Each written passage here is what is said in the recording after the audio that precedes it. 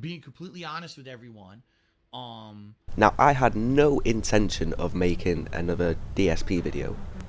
As a small YouTube channel, when I do make content, it normally is gameplay, and that's what I enjoy. A video such as this one is a video that I know would get some views that I wouldn't get anywhere else anyway, but I don't want to come across as a person who is using a name just to sort of rinse a bit of attention. But I clicked on YouTube again this morning, and there was another highlight that's been uploaded. I'll give a link in the description for the video that I'll be referencing. I'm in a situation where I can't take time away from work. Already this week that I was away to be with my parents and for the wedding, already I had probably lost thousands of dollars that I would have made on the streams and the videos on YouTube. No, it's technically not their content. Shout out to Mrhuth Stuff for catching this clip, because I know how hard it must have been to sit through an entire stream to catch the content that you sort of need. Having to listen to at the end of every sentence is fucking annoying, and I gave up after 2.5 hours yesterday, and I went off and made the video that I made. So let's get into this one. Important conversation, okay? And where it ended up was a few things. The first is I realized, guys, I can't do this forever. I know that. And by the way, don't worry. It doesn't mean I'm quitting doing this anytime soon. I love it. Being completely honest with everyone, what I need to kind of do is get myself to a financial situation where I don't have to work all day on stream. Maybe where I can do like, all right, my finances are in a situation where now I don't owe so much that I have to literally make a ridiculous amount of money to pay the minimum payments on everything. And so that way I can stream less, and I can maybe go get a job that's an entry-level job that pays less than what I make streaming, but it won't matter because I won't owe all this debt to everyone, and I won't need to make that much money anymore. You see what I mean?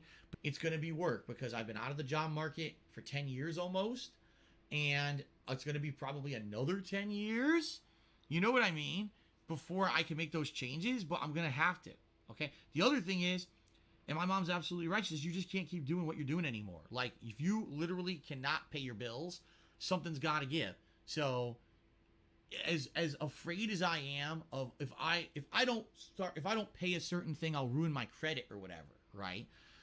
At this point, there's no alternative. You know what I mean? Like, basically, Kat and I sat down this week and talked a lot. And we were like, if I can't pay these taxes and we have to sell the house, what happens? Well, number one, we have to get another place, and my credit's not good. It's not. My credit's bad because I have so much outstanding debt. I doubt I would even qualify for a background check or whatever to get an apartment, or I definitely can't buy another house. No one's going to finance a mortgage for me. I have to make concrete changes that will ruin my credit in order to save the situation. I don't see another way out. The other thing with the credit cards is I know that with certain credit card companies, you can call and negotiate and say, listen, I'm in a bad financial position right now. I'm just in dire straits. I have a ridiculous amount of back taxes I owe the federal government and that I can't pay them. So obviously I can't pay you anymore, because if I don't pay the back taxes, they're just going to start taking my money, and you're going to get nothing. So what I need to do is negotiate with these credit card companies and say, I can pay half of what you actually want, but you have to lower my interest rates to make that affordable so that the card doesn't just keep racking up and never get paid down. The reason that right now I'm going to be able to get on a payment plan is because you guys supported the shit out of me for the past month with these marathons, combined with the money that my mom was able to afford. Now, here's the thing. This money came with conditions. She says, your dad and I are old. We can't work anymore. She said, we got to retire. This is it. We can't do anything else. We can't help you if this happens again. So you have to commit to doing what you're saying you're going to do, because if you don't, we have nothing else. This is it. This is the end of it, I want to point out that this sort of section taken from his stream would have been, I don't know how many hours into the stream it would have been, but I distinctly remember, and again, I'm too lazy to go back and find this moment of what he's talking about, but when he makes his return stream, he goes in, before he's even talking about taxes or his surprise wedding, he goes in and talks about his stream schedule and what to expect for the coming weeks. He basically runs down a full schedule, a full program for the whole week, and he basically makes it sound as if, hey guys, I'm back, nothing's changed, this is the program of what to expect on my channel, have a good one. For the sake of making good content, I actually did go back and find where he was talking about his streaming scheduled.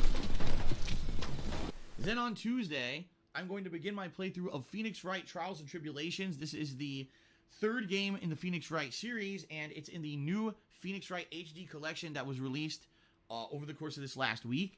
I'm going to be getting that and getting that set up for Tuesday. So that playthrough will debut Tuesday. It will be Tuesday's main gameplay stream.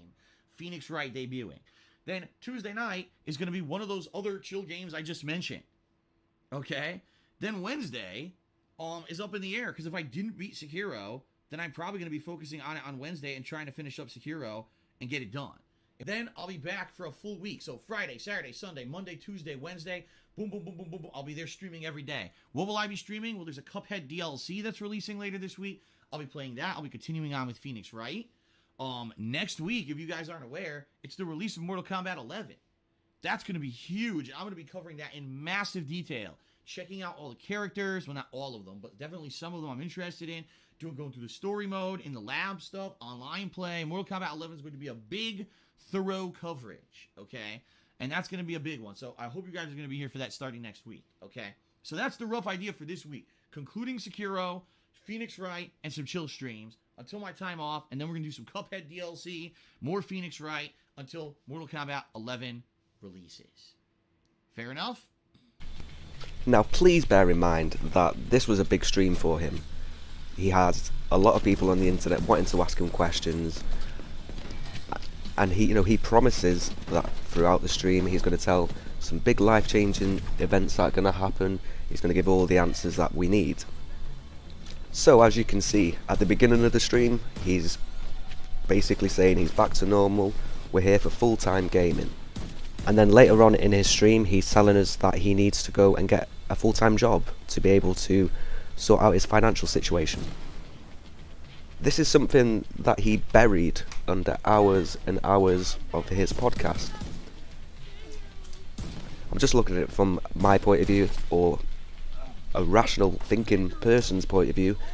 That's probably information you tell as soon as you can, because that is a big change to your channel. If it is true, I only think half of what DSP says is actually true. But if it is actually true that he's cutting down his streaming schedule, then that should be high on the agenda, because that's sort of changing his channel completely.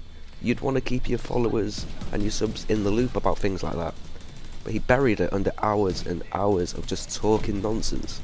So I think it's bullshit. And here's why. So the reason that I think it's bullshit is actually quite simple. With him explaining how much he owes on credit cards, and how much he owes on his mortgage on this condo in Connecticut, it sounds really bad. He makes it sound like he's in a bad situation, and to his credit, he probably is. I don't think DSP is an outright scam artist, but you can't look at him as an honest person. There's probably only half-truths that go on in his life that he tells you. So you have to separate fact from bullshit. If he was in as bad a financial situation as he says he is, he would address it straight away. He wouldn't be running down a full week's worth of gaming schedules. Do you want to know why? Because if he was in a bad financial situation and he needed to go out and look for a job, you're not going to sit on your fucking arse playing video games all week. You're going to be out there looking for a job, getting a CV, trying to find any sort of vacancies, and you'll be applying for all those jobs because he tells you that he needs to make changes. Well, my friend, the change starts now. Don't be sitting down playing Sekiro, Mario RPG, waiting for Mortal Kombat to come out. If you're in as bad a financial situation as you are, get out of your fucking house now and go and look for a job. It's as simple as that. The way that he paints the picture, he makes it sound like the taxman is at his door now. The bank is at his condo in Connecticut waiting to take it.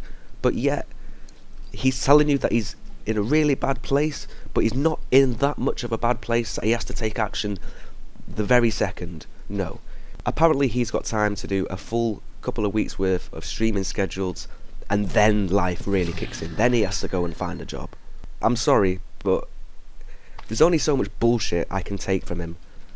If you are in crippling debts, first of all, I want to point out, there's no reason for him to stop streaming. There's no reason that he can't be streaming and looking for a job. But the way he paints it, the way he fucking tells it, he makes it sound like it's the worst thing in the world. But yet he's got all the time in the world to stream.